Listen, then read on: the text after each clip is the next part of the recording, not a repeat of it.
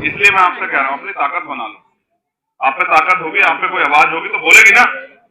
आप गूंगे बहरे नेताओं को फिर मैं कहता हूँ अपने शब्दों में कि 100 गीदड़ पालने से अच्छा है शेर पाल लो, आपके काम आए।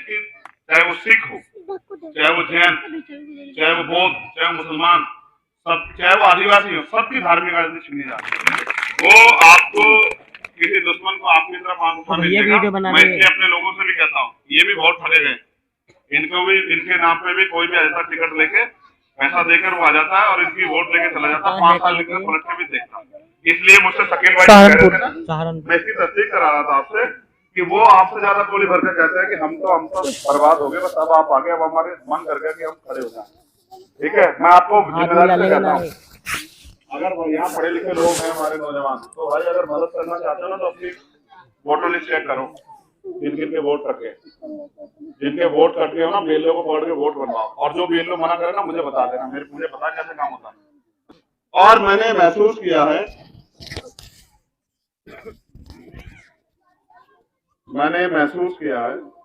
कि अभी हमारे लोग अपनी लड़ाई को लड़ने के लिए तैयार नहीं। उसका कारण उनको ऐसा लगता है कि अगर हम अपनी लड़ाई लड़ने जाएंगे तो हमारे साथ अन्याय तब होगा जब हम गलत लड़ाई लड़ेंगे, और जब हम सही लड़ाई लड़ेंगे हमारे साथ कोई अन्याय नहीं। और अगर कोई भी मुसीबत आती है तो उसको सहने के लिए पहले आपके आगे चंद्रशेखर आजाद खड़ा है। ये बात आपको अपने दिलों में याद रखनी चाहिए, मजबूती से, इस पर घबराना नहीं चाहिए आपको। देखो, अभी तक आपने किसको क्या सम्मान दिया मुझे नहीं पता, मुझे आते तो मेरे भाई ने कहा कि हम तेरे साथ हैं, मगर मैं उनसे कह रहा हूँ आप मेरे साथ हैं, ये इसको इस बात की गवाही आपका प्यार दे रहा है जो कि आप इतने घंटे से इंतजार कर रहे हो। लेकिन मैं आपको कह रहा हूँ अड़के साथ हूं, अड़के, और जहां पसीना पड़ेगा वहां खून दूंगा, ये बात वादा कर रहा हूं आप लोगों से। किसी भी जालिम को आपको तकलीफ पहुंचाने नहीं दूंगा, जितनी ताकत आप दोगे उससे ज्यादा ताकत से लग के काम करूंगा। मैं इसलिए आपसे कह रहा हूं कि पार्लियामेंट का चुनाव है, आपको आप तय करो, आपको ऐसा नेता चाहिए जो 5 साल आपको शकल भी ना दिखाई, ऐसा नेता चाहिए जो 24 घंटे 7 दिन कहीं भी किसी मजलूम के साथ कोई दिक्कत हो उसके साथ खड़ा होकर उसकी लड़ाई लड़े। आप तय करो। हमें चंद्रशेखर जैसा नेता चाहिए। भाई एनआरसी का मामला था, मेरे कोई वोट के मफाद नहीं थे।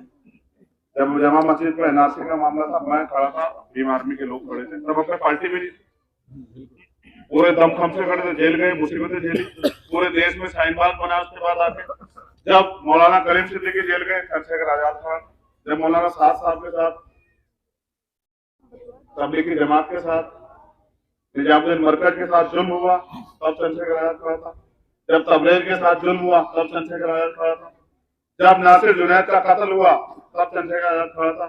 और आज भी जब भी आपकी तरफ किसी ने आंख उठा के देखा, आपको सताने का काम किया, आपको डराने का काम किया, तो कभी आपको ऐसा लगा हो कि चंद्रशेखर आजाद पीछे। और अभी भी आप देखना, जब आप बराबर वाले पड़ोसी जिले प्रदेश में आपके खिलाफ एक और षड्यंत्र हुआ, अभी हल्द्वानी वाला हो गया, उससे पहले यूसीसी का हुआ। आप देखना जिन नेताओं को आपने वोट देकर ताकत दी वो क्या कहेंगे और चंद्रशेखर आजाद क्या कहेंगे। और अगर मैंने जाने की घोषणा कर दी ना तो सरकार के सारे कर्फ्यू वर्फ्यू हिल जाएंगे उसमें, अगर मैंने कह दिया झूठ से कि मैं जा रहा हूँ। आप समझते हो, इतनी ताकत मेरे लोगों ने मुझे दी है। मैं आपसे भी कह रहा हूँ, आप भी मेरे अपने लोग, मुझे इस लड़ाई को लड़ने का मौका दो। देश में संविधान खत्म हो रहा है, लोकतंत्र खत्म हो रहा है, आप अपनी बात नहीं कह सकते, सामाजिक और धार्मिक आजादी खत्म हो रही है, उसको कैसे बचाओगे? क्या तरीका? कौन नेता जो आपकी आवाज उठाएगा? कौन आपके हकों की लड़ाई लड़ेगा? कौन आपके जज्बातों की कदर करेगा? अब क्या नहीं हो रहा? आज कौन सा कोर्ट हमारी फेवर की बात कर रहा है? बताओ, कोर्ट से उम्मीदें बची है क्या? कोर्ट तो सरकार का हो गया। कोर्ट के फैसले देखो कैसे आ रहे हैं, और वो फैसले सारे सरकार के दबाव में आ रहे हैं, तो आप किसका भरोसा करते हैं? इसलिए मैं आपसे कह रहा हूँ, आप उनके भरोसे मत रहो। आपने यहाँ यशवीर सिंह को सबसे पहले बनाया, बताओ 5 साल में एक आवाज आपके लिए उठाई देता हूँ, पता। और दलितों का तो इतना बड़ा नुकसान किया मेरे भाइयों, हमें नौकरियों में प्रमोशन रिजर्वेशन मिलता था, उसका बिल ही फाड़ दिया फाड़ा ना। इतना गुस्सा पैदा हुआ हमारे लोगों के अंदर कि बताओ भाई, हमारे तरक्की के रास्ते को रोक दिए। जो काम भाजपा नहीं कर पाई वो हमारा भाई यशवीर सिंह कर गया। फिर आपने यशवंत सिंह को, आपके बढ़ने से यशवंत सिंह यहाँ बन गए। यशवंत सिंह से कोई उम्मीद नहीं कि वो आपकी मदद करेगा, क्योंकि वो जिस दल में है उसके हिसाब से काम करेगा। अब आपने कहा भाई गठबंधन का प्रत्याशी जिताना, क्योंकि हमें वरना जालिम हमें खा जाएगा, हमें गठबंधन जिताना, तो आपने गठबंधन का जिता दिया। अब उस गठबंधन के प्रत्याशी ने कितनी बार मुंह से देखा आपकी तरफ, बता? ईमानदार से अपने दिल पे हाथ रख के बता, देखा मुड़ के? कभी सदन में आपके लिए बोला हो कि भाई बिजनौर के लोगों को, नगीना के लोगों की ये दिक्कत है, ये मुसीबत है, उनके बच्चों को रोजगार नहीं मिल रहा, उनको नौकरी नहीं मिल रही, उन पे जमीन नहीं है, उनके क्षेत्र में बाढ़ से दिक्कत है, उनकी सड़कें अच्छी नहीं है, उनकी गलियां अच्छी नहीं है, उनको लाइट की दिक्कत है, उनको पानी की दिक्कत है, बोला गया? तो फिर आपने नेता क्यों चुना? जब 370 का मामला है वो कहाँ था? 3 तलाक का मामला है वो कहाँ था? आप देखो ना कौन कहाँ था। जिसको आपने वोट दिया वो आपके खिलाफ वोट कर रहा है। ऐसे नेता बनाना चाहते हैं? ऐसे नेताओं के भरोसे लड़ोगे? और आपने बनाए तो देश भर बनाए तो है। मैं तो आपसे कहना चाहता हूं, आपने अब तक वोट देकर नेता चुने, एक बार इस लड़ाई को लड़ने का मौका आप भरोसा करके चंद्रशेखर आजाद को दो, और फिर आप देखो पूरे देश में अगर कहीं भी कोई जुल्म होगा तो डंडे झंडे से आपकी लड़ाई को लड़ा जाएगा, कभी आपको आप झुका के देखने का मौका नहीं मिलेगा। और देखो ये भी सुन लो, अकेला नहीं है चंद्रशेखर आजाद, इतनी बड़ी फौज है भीम आर्मी की जो 24 घंटे 7 दिन हर मुसीबत में हर मजलूम के साथ खड़ी है। और आप देख लो, जब कर्नाटका में एक मामला हुआ था, क्या हिजाब का हुआ था ना, कौन खड़ा था आपके साथ? खड़े थे नहीं खड़े थे? और वहां भी खड़े थे तो स्कूल में, यानी कि समझते हो कितनी ताकतवर है भीम आर्मी। इसलिए आपको कह रहा हूं, अभी भीम आर्मी पे संवैधानिक ताकत नहीं है, ठीक है? अगर आपने वो ताकत, यहाँ आप मेरी बात सुनो मेरे लोगों, यहाँ आप इतनी ताकत में अपने दम पे अपने बना सकते हैं, लेकिन लोग आप ये कहते हैं कि वो हमारे गुलाम है, हमारे साथ चलेगा, मुझसे हाथ जुड़वा, ऐसा मत नहीं, ऐसा होगा ही नहीं भाई साहब, अब तो आपके साथ रहेंगे। या तो आप उनको सबको तराजू में तोड़ लो, जितने नेता आपने बना के, और अगर मेरा मुकाबला काम में कर लें, आपका साथ देने में कर लें, आपकी लड़ाई लड़ने में लड़ लें, और आरएसएस भाजपा से आंख नाक मिला के मेरी बराबरी बात कर लें, तो फिर उनके साथ खड़े हो जाना, तोड़ लो, तराजू रख के तोड़ लो। और अगर चंद्रशेखर उनसे फिर भी तगड़ा निकला, फिर चंद्रशेखर आजाद के साथ खड़े हो जाना कि मैं छोड़ दूं इस बार इसे, इस बार चंद्रशेखर आजाद के साथ खड़े।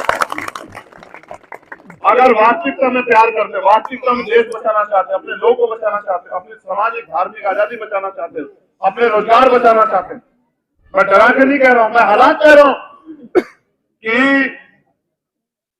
स्पेशल शासन से रिपोर्ट आती है कि जीएसटी का छापा किनके यहाँ पड़ेगा। आप समझते हो? अगर इस दौर पे पाबंदी चाहते हो, इस मुल्क को मुल्क बने रहना देना चाहते हो, इस मुल्क में अपनी आजादी चाहते हो, तो बीच में बात रुकी। मैं बस आपसे दरखास्त, ये बच्चों, ये टोपी मैन, सरकारें टोपियां पहना रही है, तुम भी टोपियों में खुश हो, ठीक है? ऐसा मत करो।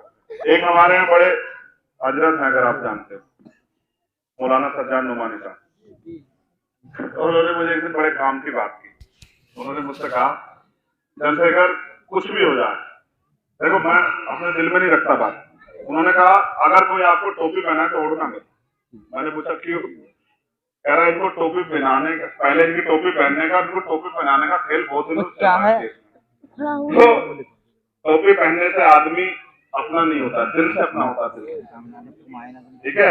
आदमी टोपी पहनकर टोपी पहनाए वो उसमें अच्छा नहीं, आदमी ईमान वाला, उसके अंदर तकलीफ और दर्द हो, वो बहुत अच्छा है। तो मैं सुनता रहता हूँ, बड़ों की बात सुनता हूँ, बड़े क्या कहना चाहते हैं। उन्होंने मुझे ये भी सिखाया कि कभी अगर किसी की मदद करो तो ये मत सोचो कोई फायदा होगा। और आप जानते हैं मैंने किन हालातों में ये रास्ता चुना, ये भी आप जानते हैं। मैं अगर सुविधा की राजनीति करना चाहता तो बहुत सारे दल थे यार, अगर मैं जवान बन करके घुटने टेक के राजनीति करता, मगर मैं घुटने टेक के राजनीति नहीं करना चाहता। मैं जानता हूँ इस देश में क्या हो रहा है। इस देश की, चाहे वो सिख हो, चाहे वो जैन, चाहे वो बौद्ध, चाहे वो मुसलमान, सब, चाहे वो आदिवासी हो, सबकी धार्मिक राजनीति छीनी जा रही है।